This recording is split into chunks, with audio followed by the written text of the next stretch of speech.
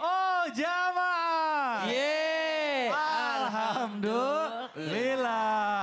Alhamdulillah jamaah, masih di Islam itu Indah. Untuk jamaah yang baru bergabung, hari ini kita sedang membahas tema kenapa kita harus bekerja keras. Kenapa coba? Tadi di segmen sebelumnya udah dibahas ya, kita tuh bekerja karena Allah. Terus juga kalau kita kepala keluarga, itu memang udah kewajiban kita untuk mencari rezeki, menafkahi keluarga kita. Nah, sebelum kita lanjutkan pembahasan kita, jamaah yang ada di rumah, sambil siapin lagi catatannya, kita saksikan dulu. Ini ada tayangan mengenai gaji untuk keluarga. Yuk kita saksikan sama-sama, silakan.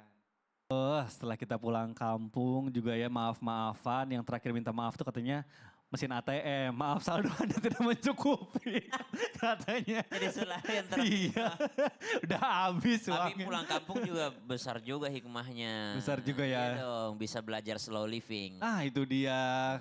Melihat kebahagiaan orang-orang ya yang kita cintai gitu. Itu adalah satu kebahagiaan yang tidak bisa terkalkulasikan dengan angka berapapun. Waduh. Nah Ustaz Syam, tapi bicara soal rezeki yang kita udah usahakan gitu ya. Aku tuh kerja gitu ya dari pagi sampai pagi. Cuma kadang ngerasa kok ini kayak masih ada aja yang kurang gitu ya. Katanya bukannya Allah itu kan memberi rezeki gitu ya dari apa yang diusahakan. Ada orang itu yang kerjanya aduh udah bener-bener deh bahkan nyawanya pun dipertaruhkan. Tapi rezekinya itu belum cukup untuk menafkahi keluarganya gitu. Buat sekolah anaknya, buat bayar listrik, buat bayar apa. Ini kenapa Ustadz? Mohon penjelasannya guru, silakan. Baik, bismillahirrahmanirrahim. Tabi guruku Ustaz Maulana, Ustaz Lulung, Mas Mikdad, serta para alim ulama, guru-guru kami yang dimuliakan Allah Subhanahu wa taala. Al-Qur'an surah At-Taubah ayat 105. A'udzu billahi minasy syaithanir rajim.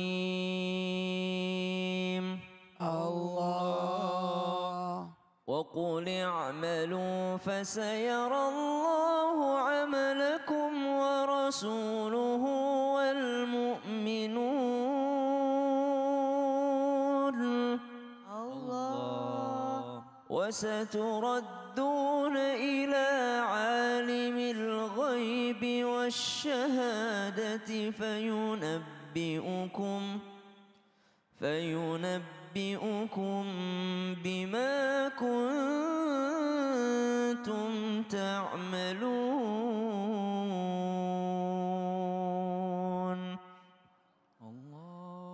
Dan katakanlah bekerjalah kamu maka Allah dan Rasulnya serta orang-orang beriman, orang-orang mukmin akan melihat pekerjaanmu itu. Subhanallah. Jadi kita niatkan bekerja itu karena ibadah. Niatkan bekerja itu menjaga amanah. Bekerja itu untuk menunjukkan bahwa kita ini tidak daripada membutuhkan dari manusia. Tapi kita membutuhkan dari Allah Subhanahu wa ta'ala. Artinya menjaga harga diri agar tidak meminta apalagi meminta-minta kepada manusia. Tapi kita memang profesional. Allah mencintai orang yang jika melakukan suatu pekerjaan, ia melakukannya dengan itqan. Apa itqan? Sempurna ataupun profesional. Hadis riwayat At-Tabrani. Maka subhanallah profesionalisme hanya bisa didapatkan dengan ilmu. Maka sekali lagi mari kita memperbanyak ilmu pengetahuan. Dahulu mungkin zamannya orang bekerja dengan fisik.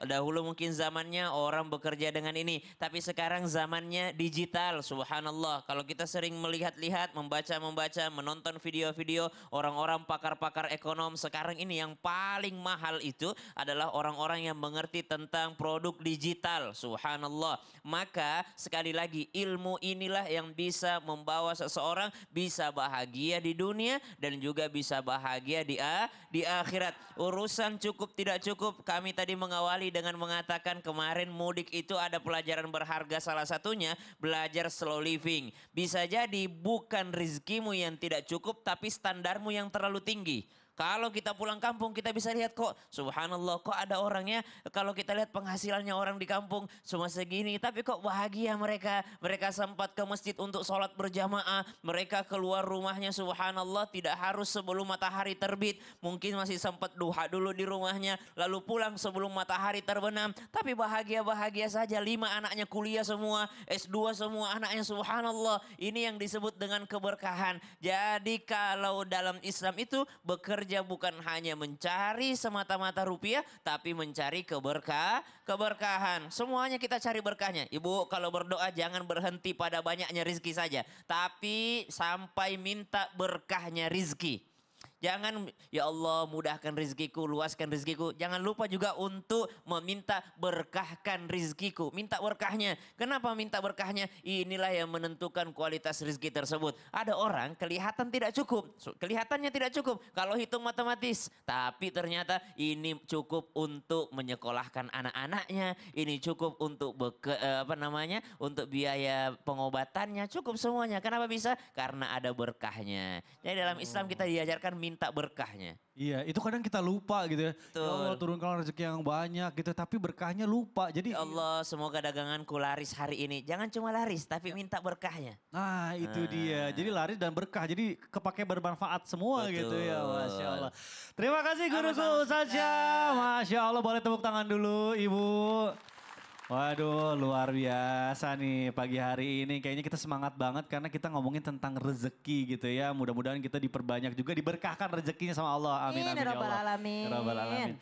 Baik jamaah langsung aja kita akan kasih kesempatan lagi untuk jamaah yang ada di studio untuk curhat. Kita masuk dulu ke dalam segmen Curhat dong Ustadz. Iya kami curhat. Baik Ustadz Maulana dan Ustadz Jalulung boleh berdiri di tengah-tengah kami. Yang mau curhat boleh angkat tangannya. Siapa yang mau curhat? Tadi paling semangat nih. Ibu boleh berdiri di tengah-tengah kami Ibu. Baik. Silakan Ibu perkenalkan namanya. Perkenalkan namanya Ibu dari mana? Bismillahirrahmanirrahim. Assalamualaikum warahmatullahi wabarakatuh. Waalaikumsalam warahmatullahi wabarakatuh.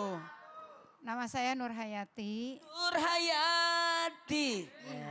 Betul. Ada Nur Hayati lagunya. adalah nur itu cahaya, hayat itu kehidupan, itu adalah warisan termahal dari orang. Woi, tepuk tangan dulu. Keren. Silakan Dan Ibu cahaya Cahaya. ilahi. Cahaya kehidupan. Nur Hayati kehidupan. itu Betul. Silakan Ibu apa yang mau dicurhatin kira-kira? Saya dari Majelis Ta'lim Al-Falah dari Oh, iya. Kopo Sayati, Kabupaten Bandung. Iya, Bu. Tadi mendengar dari uraian-uraian para guru-guru kita semua bahwa kita harus bekerja keras, betul. Sementara rezeki itu sudah diatur oleh Allah, tetapi bila tidak dijemput itu tidak akan datang sendiri. Betul begitu Pak Ustadz? Yes. Iya. Ibu lagi ceramah ya? Enggak, jadi saya menegaskan begini Pak, Pak Ustadz maksudnya begitu sama Bu Ustadz ya. Saya Jangan-jangan ini Ibu Lurah nih. Bu RT ya? Ibu Kades, Ibu Kades. Bu RT, Bu RT. Pantes. begini, ini yang dialami oleh saya sendiri karena memang kalau ngomongin orang itu berdosa ya mendingan ngomongin diri sendiri ya. Ini yang dialami oleh saya sendiri, saya ini adalah seorang pekerja. Bolehlah dikatakan pekerja keras juga gitu ya. Tetapi yang inti dari kerasnya itu kan tanda kutip ya, bukan keras gimana-gimana gitu ya. Yang jelas gini, saya masih punya suami saya penghasilannya tidak menetap. Oh, Ya, oke. ya. Sementara untuk kebutuhan daripada kita pinjam sini, pinjam situ kan gimana ya? Kita diusahakan untuk tidak pinjam bagaimana selama kita masih punya selama kita masih punya pemikiran, selama kita masih punya tenaga kita bekerja. Nah itu yang ya nggak usah minjam gitu. Yang akhirnya saya membantu suami untuk memenuhi kebutuhan di keluarga, ya untuk kebutuhan rumah tangga. Tetapi saya terkadang ada kebablasan Pak Ustadz. Kebablasannya di waktu. Terkadang kan karena kebetulan saya juga aktif di PKK juga ya. Dan waktunya memang itu tidak bisa ditentukan gitu ya. Yang akhirnya kadang-kadang pulang maghrib gitu. Oh, PKK Nah, juga Ibu. Insya Allah. Pengajian ke sono ke sini. Enggak juga, gitu ya pengajian mah ke masjid gitu, enggak ke sono ke sini gitu ya. Mungkin itu jadi bagaimana hukumnya atau bagaimana tindakan saya menurut agama apakah dibenarkan atau memang seperti apa sih yang sebenarnya itu begitu. Mungkin mohon penjelasannya supaya saya tidak Baik. kebablasan. Baik, mungkin Terima Ustadz Maulana kasih. mau menjawab terlebih dahulu. Seorang wanita dalam hal ini istri keluar dari rumahnya tanpa seizin suaminya maka dilaknat oleh seluruh yang disinari matahari. Jadi sebaiknya wanita kalau mau keluar apalagi sampai maghrib dia nggak pulang. Harusnya satu ditemenin oleh suami. Atau diantarin oleh suami. atau suami tahu dan izin, dan jangan pernah keluar rumah tanpa seizin suami. Itu. Nah, perihal tentang wanita bekerja tadi sudah dijelasin di segmen awal, ya segmen sebelum ini. Mohon maaf, harusnya seorang wanita yang bekerja harus menghormati, memuliakan pasangan tanpa merendahkan pasangan. Apalagi pasangan kurang tidak jelas pendapatannya, pekerjaannya, sementara kita yang rutin. Jawabannya adalah tetap memuliakan suami. Karena atas apapun yang ibu dapatkan itu atas izin daripada suami. Jadi ada peran suami. Maka dalam hal ini nanti setiap pulang minta maaf sama suami. Minta ditonya. Ya Bu ya. Tiap pulang dan beritahu. Kan ada handphone sekarang. Beritahu aja. Hari ini saya pulang jam sekian. Boleh nggak Mas? Kalau nggak boleh aku pulang duluan nih. Izin. Harus seperti itu. Ya, tidak boleh seorang istri keluar rumah. Ini saja dalilnya. Barang siapa wanita keluar rumah tanpa seizin suami, dilaknat oleh seluruh yang disinari matahari. Baik. Sudah Ustadz Maulana, mungkin Ustazah Lulung mau menambahkan? Jadi. Jadi gini Bunda, memang ada contoh di zaman Rasulullah, kalau nggak salah nih mohon izin Ustadz Syam, Ustadz Maulana, Kamikdat gitu ya. Ada seorang istrinya Ibnu Mas'ud. Ibnu Mas'ud juga penghasilannya yaitu ya tadi lebih sedikit daripada istrinya. Maka istri bertanya kepada Rasulullah, ya Rasulullah bagaimana saya bekerja? Tadi jawaban pertama adalah yang penting diizinin sama suami. Yang kedua kalau seorang istri bekerja pemirsa berarti dia mendapatkan 2 pahala. Pahala yang pertama ya karena niat kepada Allah membantu rumah tangganya tadi maka dia mendapatkan pahala sodako. Karena dia tidak wajib, tadi kan guru kita menyatakan gak wajib perempuan mencari nafkah. Yang kedua adalah pahala dia menjaga kehormatan suaminya. Mana ada yang tahu kalau suaminya misalnya gajinya sekian, kita sekian. Yang orang tahu di luar sana, Masya Allah keluarga ibu sakinah, mawaddah warohmah. Jadi kalau emang niatnya tadi ibadah seperti guru kita nyatakan tadi adalah ibadah kepada Allah. Dapat pahala sedekah, dapat pahala menjaga kehormatan suami.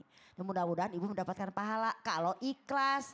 Tapi ingat tetap izin. Tuh 2, 3 izin. Tuh 2, 3 izin. Kira-kira begitu. Karena memang kita perempuan adalah sorga ada di suami kita. Kalau kita mungkin gendes atau single parent, sorga ada di ibu kita. Oh, baik. Kalau sebagai anak, sorga ada di ibunya. Jadi ibu masih ada suami kan tadi, sorga di suami ibu. Tahu nggak Bu?